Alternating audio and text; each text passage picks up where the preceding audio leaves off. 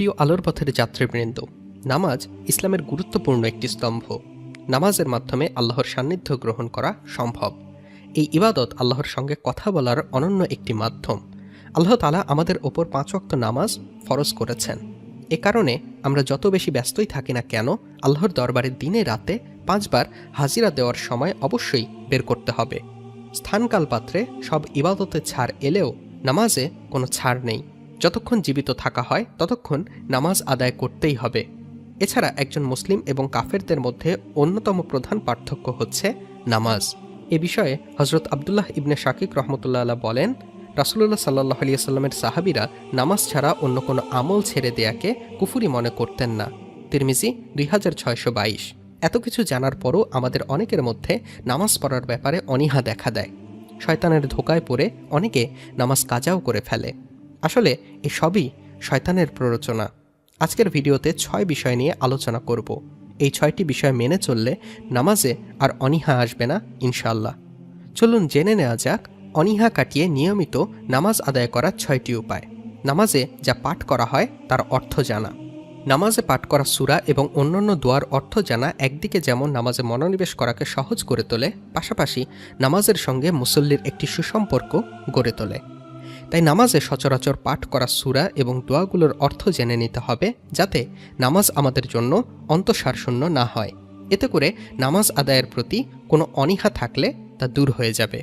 দৈনন্দিন কাজসমূহের সুষ্ঠু পরিকল্পনা করা। প্রতিটি দিন শুরু করার আগে ওই দিনের জন্য একটি সুষ্ঠু পরিকল্পনা তৈরি করতে হবে।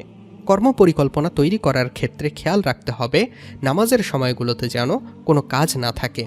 স্কুল, কলেজ, অফিসে অথবা মার্কেটে কিংবা পরিবার পরিজনের সঙ্গে কোথাও বেড়াতে গেলে সব ক্ষেত্রেই নামাজের জন্য আলাদা সময় নির্ধারণ করে রাখতে হবে।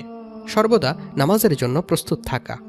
কোনো কাজে বাইরে যাওয়ার পরিকল্পনা থাকলে সঙ্গে করে জায়নামাজ, হিজাব এবং নামাজের জন্য প্রয়োজনীয় অন্যান্য সামগ্রী নিয়ে যেতে হবে, যাতে করে এগুলোর কোনো একটি না থাকাটা নামাজ বাদ দেওয়ার কারণ বা অজুহাত না হতে পারে। নামাজ আদায়ের জন্য সবসময় শরীর পবিত্র রাখতে হবে। মোবাইলে অ্যালার্ম সেট করা। বর্তমানে এমন অনেক অ্যাপ পাওয়া যায় যেখানে আপনার স্থানীয় সময় নামাজের সময় দেখাবে এবং নামাজের সময় হলে স্বয়ংক্রিয়ভাবে আজান শুরু হয়ে যাবে। এ ধরনের অ্যাপ সময় মতো নামাজ আদায় করার জন্য বেশ কার্যকর। আর যদি এরকম কোনো অ্যাপ খুঁজে না পান, তাহলে অন্তত নিজের কাছে থাকা ফোনে নামাজের সময়গুলোতে অ্যালার্ম সেট করে রাখতে পারেন। এতে করে আপনার ব্যবহৃত ফোনটি সময়মতো সালাত আদায়ের জন্য একটি চমৎকার রিমাইন্ডারে পরিণত হবে। প্রতিদিনের নামাজের জন্য একটি চেকলিস্ট তৈরি করা। দিন শেষে আপনি যে নামাজগুলো আদায় করলেন সেগুলোতে টিক চিহ্ন দিয়ে নিন। এতে করে সালাত আদায় নিয়মিত হতে আপনার আগ্রহ আরও বৃদ্ধি পাবে।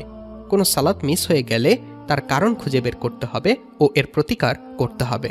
সর্বোপরি দোয়া করা। সবসময় আল্লাহর কাছে দোয়া করতে হবে যেন আল্লাহ তাআলা নামাজকে আপনার দৈনন্দিন কাজের অংশ বানিয়ে দেয়।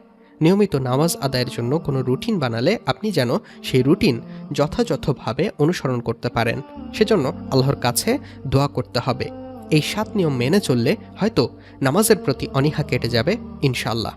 যখন অনীহা কেটে যাবে তখন নামাজেও সত্যিকারের মজা পাবেন। আর এই নামাজের মাধ্যমেই মহান আল্লাহ তাআলার সবচেয়ে বেশি নিকটবর্তী হওয়া যায়। সুবহানাল্লাহ। মহান আল্লাহ সুবহানাহু ওয়া তাআলা আমাদের দৈনিক 5 বার তার সঙ্গে সাক্ষাৎ করার তৌফিক দান করুন। আমিন। ভিডিওটি যদি আপনার ভালো লেগে থাকে তবে ভিডিওটি শেয়ার করে ইসলামের বাণীকে ছড়িয়ে দিয়ে সওয়াবের কাজে অংশ হতে পারেন। এতক্ষণ ধৈর্য সহকারে ভিডিওটি দেখার জন্য আপনাকে অসংখ্য ধন্যবাদ। সবার সুস্থতা কামনা করে আজকের ভিডিও এখানেই শেষ করছি। আল্লাহ হাফেজ।